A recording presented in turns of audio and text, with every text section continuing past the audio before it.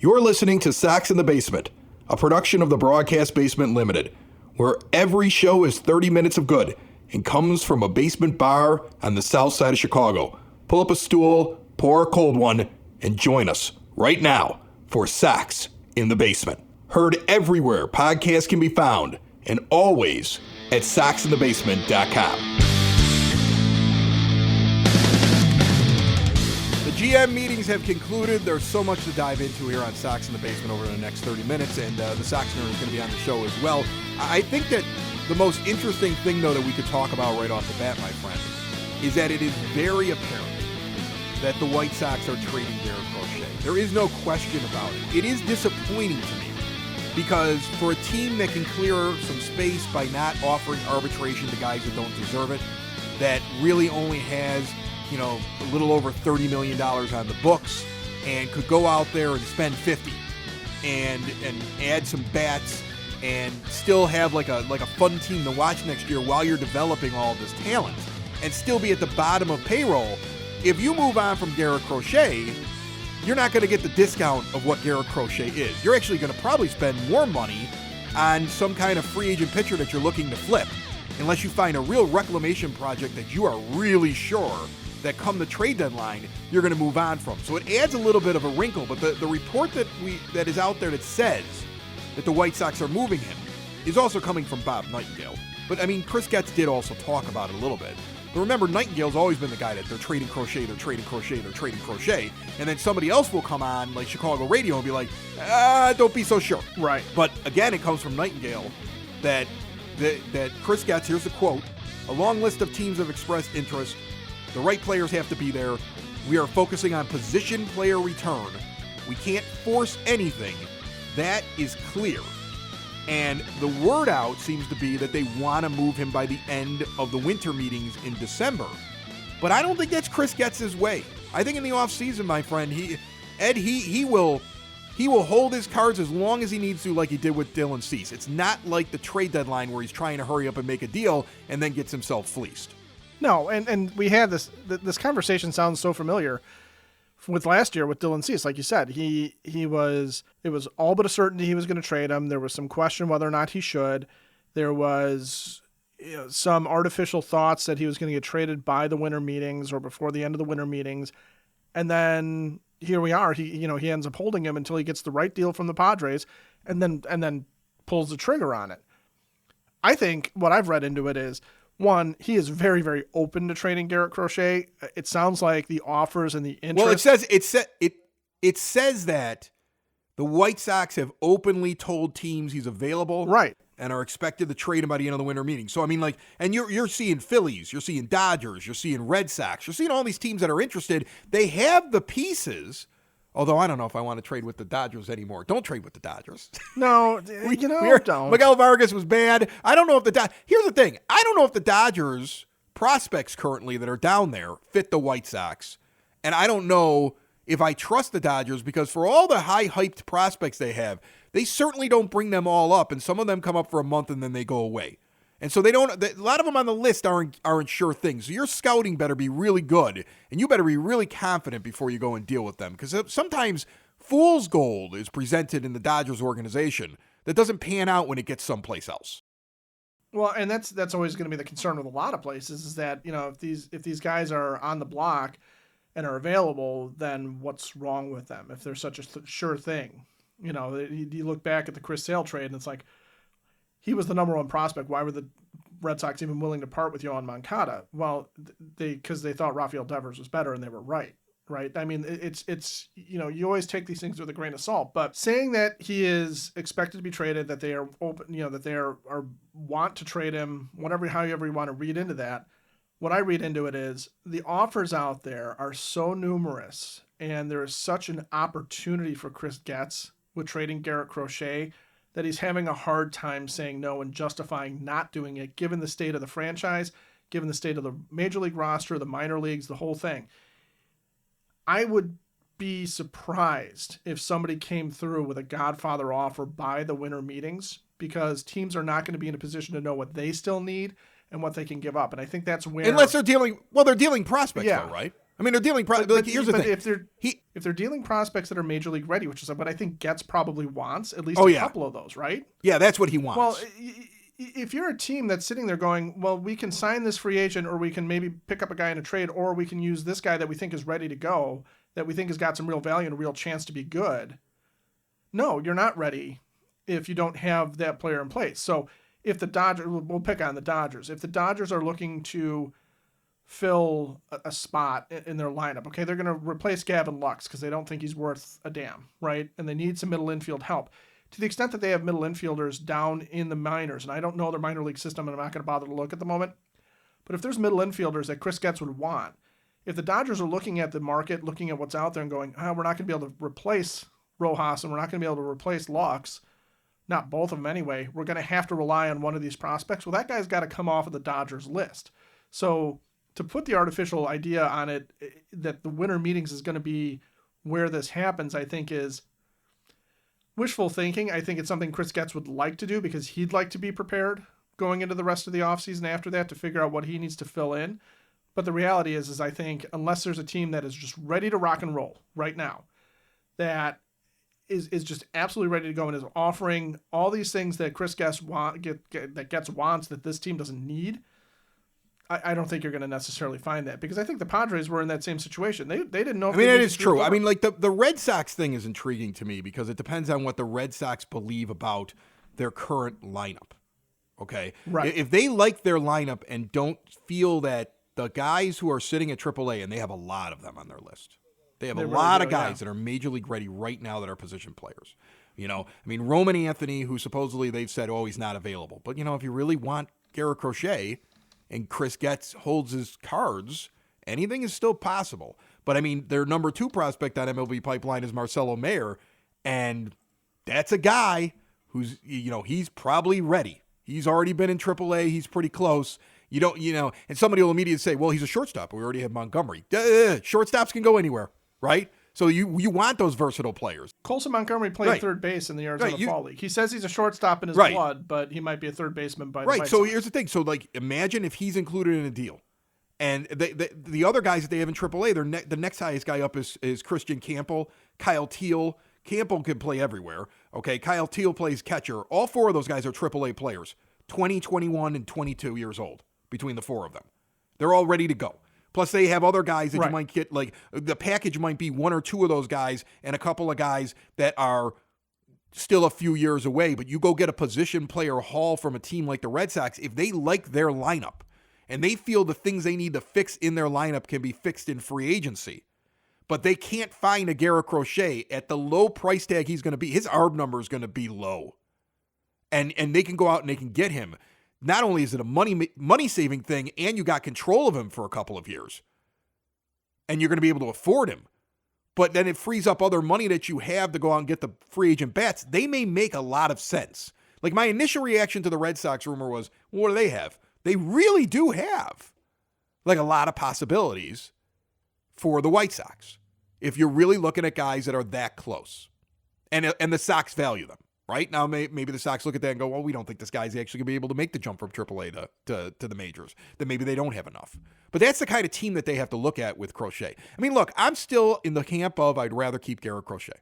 I'd rather extend Garrett Crochet. I'd rather keep him. I think talents like that only come along once in a while.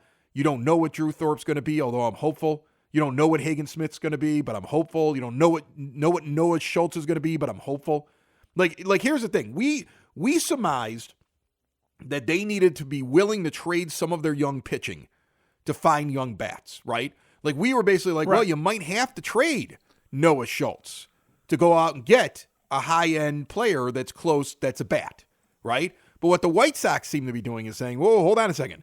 Why trade the young guy that's got more control in Schultz if we really do believe in him when we could trade Crochet and we can get a bigger haul? We can get 2 of those guys and maybe another 1 or 2 that are a few years away.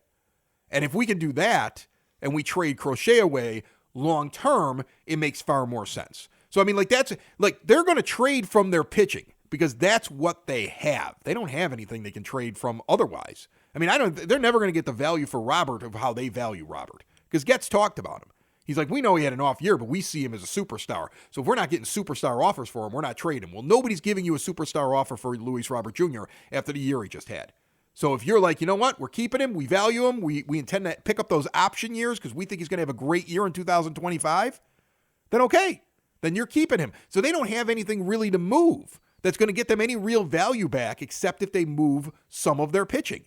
I thought they would move guys from the surplus of young pitchers and be like, we'll give you this young pitcher to a team that needs more young pitching and get a young bat. But they may be looking at the market saying, well, everybody's got young pitching. Not everybody's got young bats. The value is so high, we have to move Crochet to be able to get some of these guys. That might be what the problem is. And the fact he pissed him off when he took away his trade value. Well, let's not forget that. Yeah. Let's not forget that he pissed him off. It's getting cold outside, which means it is a good time to visit Window and Door Superstore of Oak Forest. Make sure your exterior windows, doors, patio doors, and storm doors are ready to keep the outside all winter. There's no high-pressure sales. There's no one sitting in your kitchen making promises they can't keep, showing you stuff out of a book. Instead, you will meet with the owners in their showroom, looking at full examples, all their glass designs on display, see everything right up in person, full size. The owners are also on the job site with you. They've hired all their installers. They do not farm out any work, so you know you get good quality service every single time. 40 years they've been in Oak Forest, since 1985, selling all major brands, custom made with no stock items to make sure you get a perfect fit every time. They're located a half block east of 159th and Ridgeland at 6280 159th Street. So visit them there, Window and Door Superstore of Oak Forest, or visit them online at windowdooroakforest.com.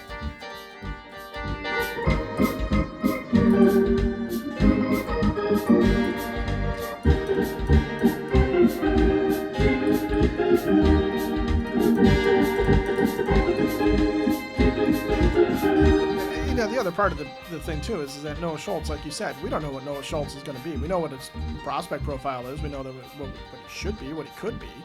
But Garrett Crochet, people kind of know what he is now. And the one thing that's always unknown with Crochet is going to be his injury history and his, and his potential to take that next step and become a guy who can perform enough innings and perform longer. You assume he's going to get stretched out. And if the White Sox keep him, he's going to be a starter. You might still see some innings limitations on him. You might still see some conservative usage for him this year. But he's going to be, a guy that goes out there every 5 days for the most part. He's already had the Tommy John, which means that his elbow's probably going to be fine for a while. But he's a high spin rate guy. He's a hard thrower. You kind of look at him, and maybe one of the things that they're looking at is they might like Noah Schultz's profile better as, an athlete. They might like what his mechanics are better. You don't really know what's in Brian Bannister's head about this. Well, that's the thing. All Chris Getz has to say to me is, well, our evaluators, which means Bannister, feel like this group that we held on to is better for this team in the now and in the long term, and that we were able to make this move. And if I get the feeling that this, and I do get the feeling, I'm sorry, you can call me a rube, a mark, but I get the feeling that hitting decisions are going to be made by Ryan Fuller, and evaluations is going to be made by guys who were brought in from outside the organization because the old guard of scouts is gone. And Chris Getz is essentially a facilitator. Like, he at least understands his role is, I'm not the smartest guy in the room. I don't necessarily know enough about pitching, and I'm not the best talent scout here, but what I'm going to be is the guy that understands who is. And I'm going to take those recommendations and make my decisions off it. I'm going to read the Fantasy Baseball magazine before I go, because I know which magazine is the one that's going to give me the best prospects. You know what I'm saying? Like, he's like, I just want to get myself the best information, the best people around me, and I'm going to defer to that. So if you believe that, and I believe that, okay, because again, he wouldn't have been my GM, but at least he's doing the right thing by bringing in very qualified people. Like this Fuller that they brought in to be the hitting director, like platitudes from all over the place. The Rangers are distraught that Will Venable is gone. Bruce Bochy was like, he was a big part of how everything worked around. The universal praise for Will Venable, and having Brian Fuller come in and now be the Brian Bannister, okay? Right. Like, this is smart, Ed. And so I'm starting to defer to the idea that Chris Getz is putting, at least on face value, they could all be morons. What do I know, right? I mean, I'm a White Sox fan. We have to believe that there's the possibility that everybody thinks they're smart, but deep down they're morons, right? Because we're White Sox fans. We have to believe that there's a possibility this will be a complete, total disaster, okay? But listening to people from all around the baseball world talk about the people that Chris Getz has brought in, and looking at track records like the track record of Bannister, and looking at Fuller, and looking at what Venable has done so far and things like that, you have to start believing that he's very self-aware, unlike the last front office, where Kenny Williams thought he was the smartest guy in the room. That no evaluator could evaluate like him. I can walk into a room and tell you if a guy is going to be a star. Shut up. If you could have done that, you would have won more. So shut your mouth, okay? And Rick Hahn was just and this is nothing against lawyers, my friend. You're a lawyer, right? I'm not saying this in a derogatory way. I'm not a baseball evaluator, but in terms of being able to go out and scout. Right. He was a lawyer who wanted to be in a baseball front office, hung around at the winter meetings and stuff like that, got himself introduced to the right people, looked like a young, smart guy, and got himself into an organization where there's no accountability, and hung around for almost 20 years. Well, and so, I mean, here's the thing. What you have there, you have two really diametrically opposed things, too. You have Kenny Williams, a former player, who valued players who were just like him. Athletes who were these incredible, incredible athletes and looked like stars, right? I'm sure he could walk in the room and tell you who looks the best in a baseball uniform, and that guy's going to be a star. Yeah.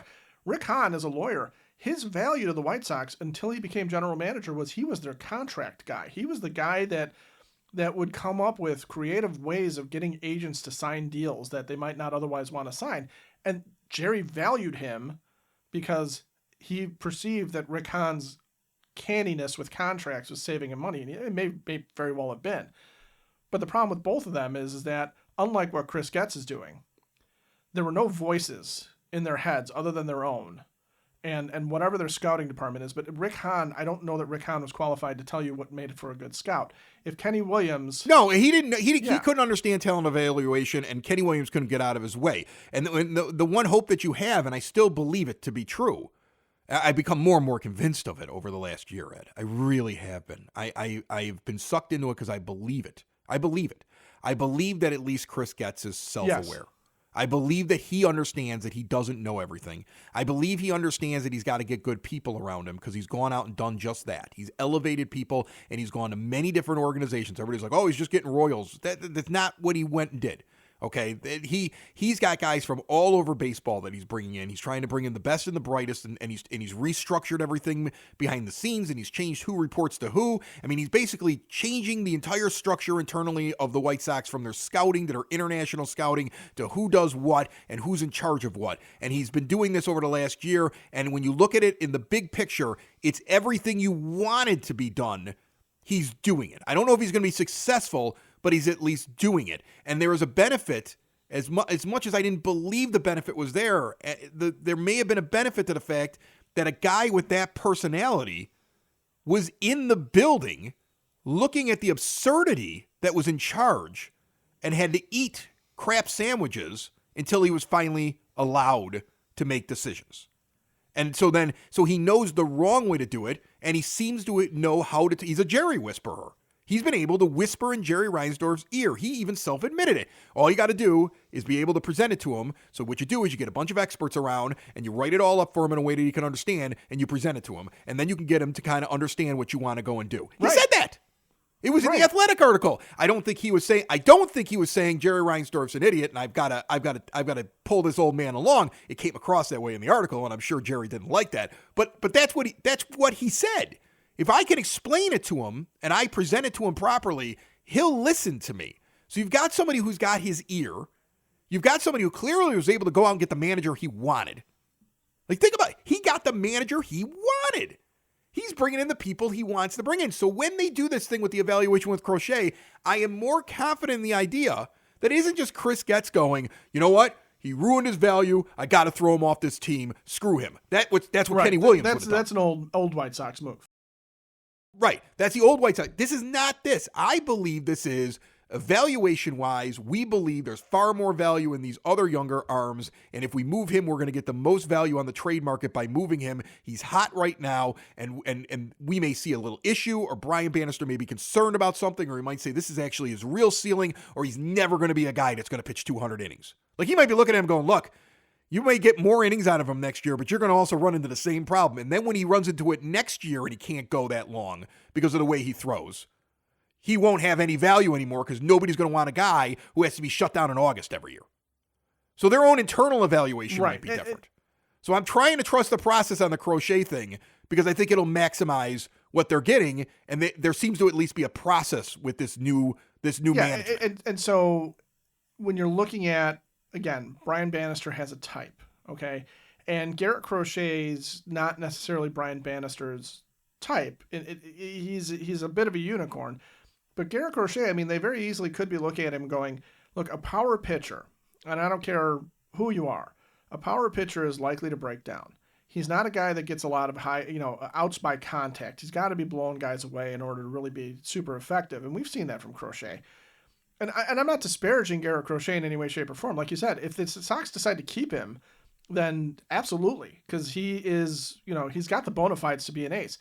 But between the value, because he is an established major leaguer, and then between the value of looking at him from the lens of what do the White Sox want to do and what are their concerns and how does their pitching guru, how does their coaching, how does that all work with Garrett Crochet?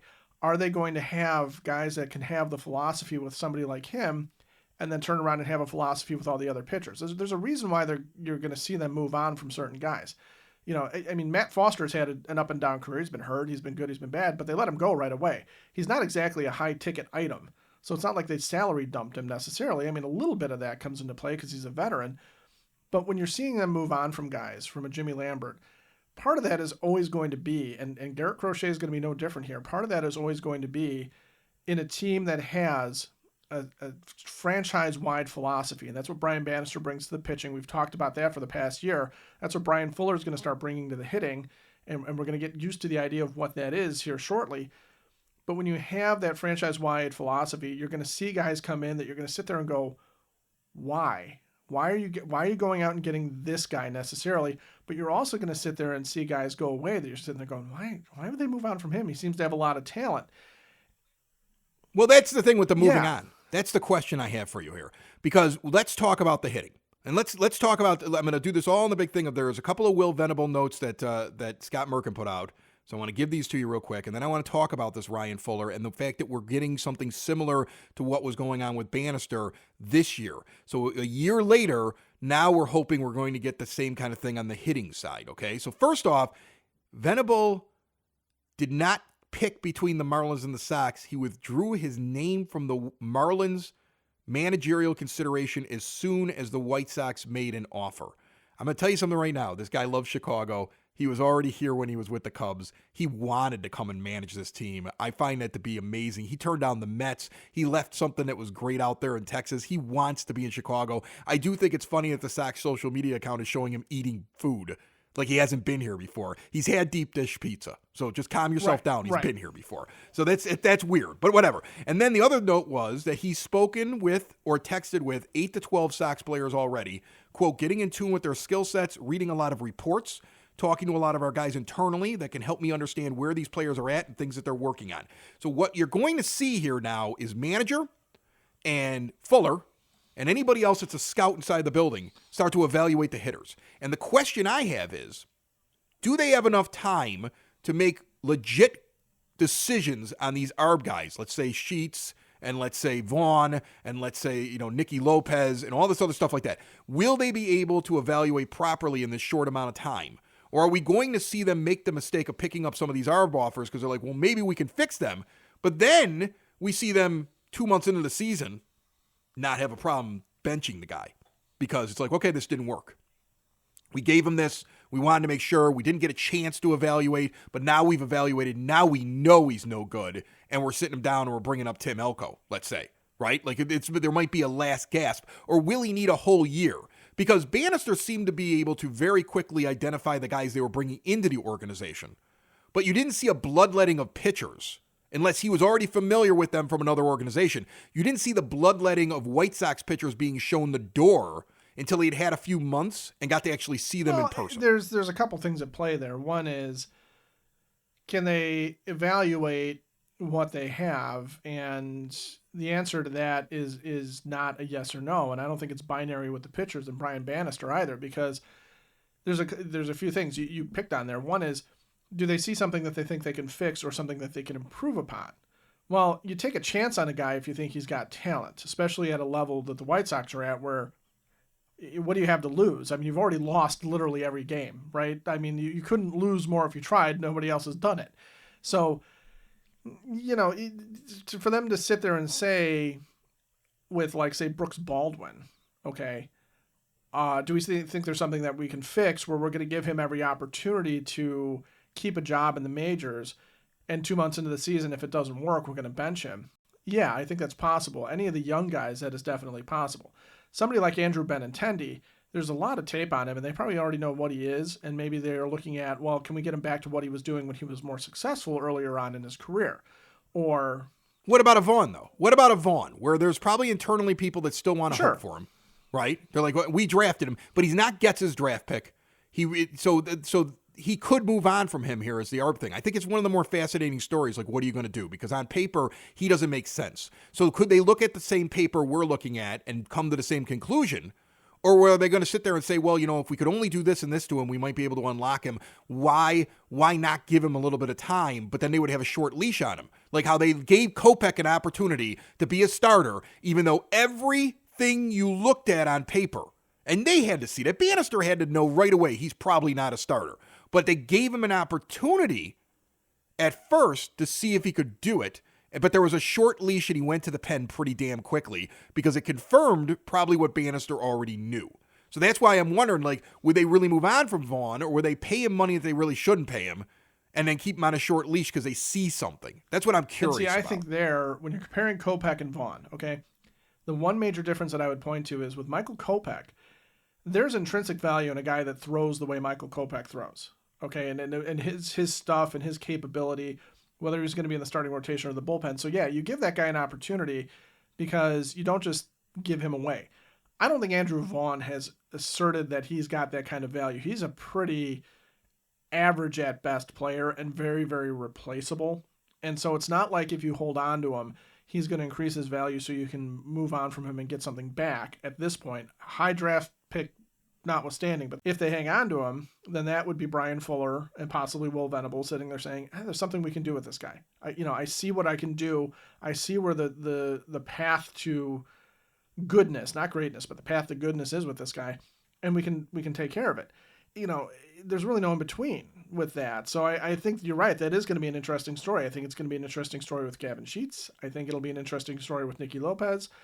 But, these are also major league veterans. So when Will Venable's looking at tape and talking to guys, and he is doing his own internal scouting, and I bet we're not hearing Ryan Fuller doing the same thing, but I bet he's doing the same thing. And I think I keep calling him Brian Fuller, which is a problem because that's a director, not a... No, I think you've called him Ryan Fuller for most of the show. But Ryan Fuller is probably... Go back and listen. It's a podcast. Go back and try to find out how many times he called him Brian. Yeah. I didn't catch it, but maybe you are. Yeah, maybe I am. And if I am, make fun of me, at soxinthebasement.com or by giving us a call. Yeah, go in and make fun of him for not knowing the guy's name. Please, by all means. That's okay. I called Lenin Sosa Lenin for at least 6 months. That's true. Well, we just assumed that he, had socialist proclivitive, and it turns out he doesn't. Right. He's an old school consumerist guy. I was like, is he Russian? Yeah. Yes, Lenin Sosa. His middle name is Marx. No, that's not true either. But no, the internal scouting, I think, is going to be interesting when it comes to the hitters and the position players, because if they were to hold on to, say, Nicky Lopez, and we've talked about this, Nicky Lopez's value is it's a thin market out there. And if you don't feel like you have enough middle infielders, you might as well hang on to the guy because at least you know what he is. And the devil you know sometimes is better than the devil you don't.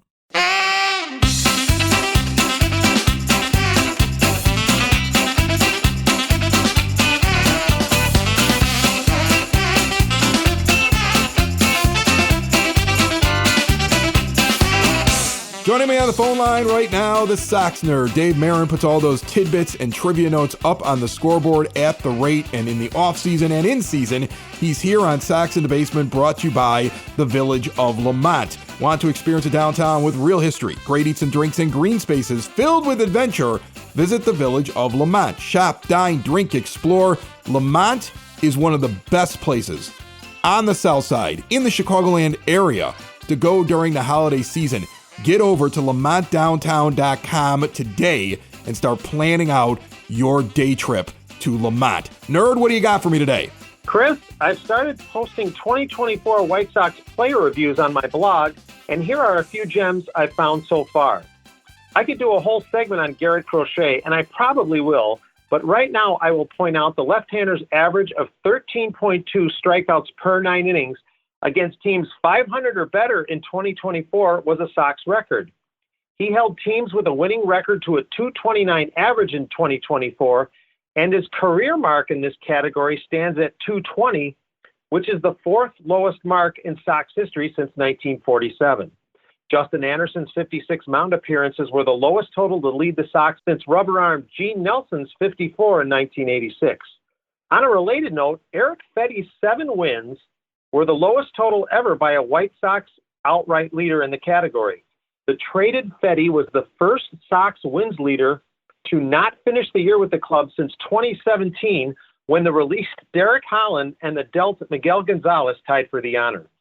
Freelander Baroa's average of 15.4 strikeouts per 9 innings in 2024 was the Sox fourth highest output at Guaranteed Rate Field, behind Rodon's 15.8 in 2019, Santiago's 15.6 in 2019, and Liam Hendriks' 15.4 in 2021. That's for pitchers with at least 9.1 innings. Oscar Colas, the forgotten man, hit .571 in the 9th inning in 2024, and that was tied for the third highest output in the complete records era, behind Creedy's .722 in 2002 and Brian Anderson's .600 in 2009. That's for players with at least 7 at-bats, and the complete records era spans since 1951. Before being dealt to Kansas City, Paul DeJong made 12 starts in the cleanup spot, which were the most by a White Sox shortstop in 60 seasons. The last Sox shortstop to start more games in the fourth hole was Ron Hansen, who did it 23 times in 1964. By the way, DeJong is the subject of one of my favorite scoreboard graphics. Every once in a while, I would put on the board that DeJong's Topps Futures Star card noted his work with world-renowned scientist Dr. Lawrence Rocks on the study of heat effects on a baseball. I looked that up, and it's true. Fraser Ellard, and I like this one, held right-handed hitters to a .114 average in 2024, which was the lowest mark ever by a Sox lefty and tied for the 8th lowest all-time among Sox pitchers who faced 44 batters in the complete records era. Before I get to my zinger, a reminder, you can access my blog at soxinthebasement.com, and there is plenty of Sox Nerd material on Twitter. My zinger, a few more nuggets on new Sox manager Will Venable. With college basketball season starting, how about this one? Venable played basketball at Princeton, where his coach for 3 years was John Thompson III, son of the late Georgetown coach and a Georgetown coach himself. And Venable played baseball at Princeton, where his coach was Scott Bradley, who toiled for the Sox and was traded to the Mariners for Ivan Calderon. With Seattle, it was Bradley who collected the final hit at Comiskey Park on September 30th, 1990.